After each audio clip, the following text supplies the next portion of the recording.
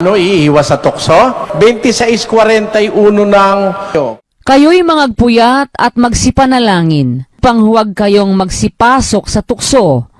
Ang espiritu sa katotohanan ay nakahanda, datapwat mahina ang laman. Ang kailangan sa atin, laging nananalangin sa Diyos. Ang pinakapatibay sa ating mahinang laman. Magpuyat tayo, let us watch ourselves, tapos upang huwag tayong pumasok sa tukso. Pero yung tukso, per se, huwag ka matatakot sa tukso. Biyaan mong tuksohin ka. Ganito kasi yun eh.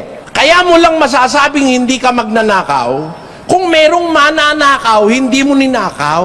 Kaya gagawin sa'yo ng demonyo, lalapitan ka ng nanakawin. Sabi mo kay Satanas, oh, alam ko, paraan mo yan, isnabin mo si Satanas. O, napahiya siya, no? Hindi ka talaga kasi kaya lang naman sasabihin natin, hindi ka babaero eh. Kung sa gitna ng maraming babae, hindi mo pinagsasamantalahan, hindi ka nga babaero.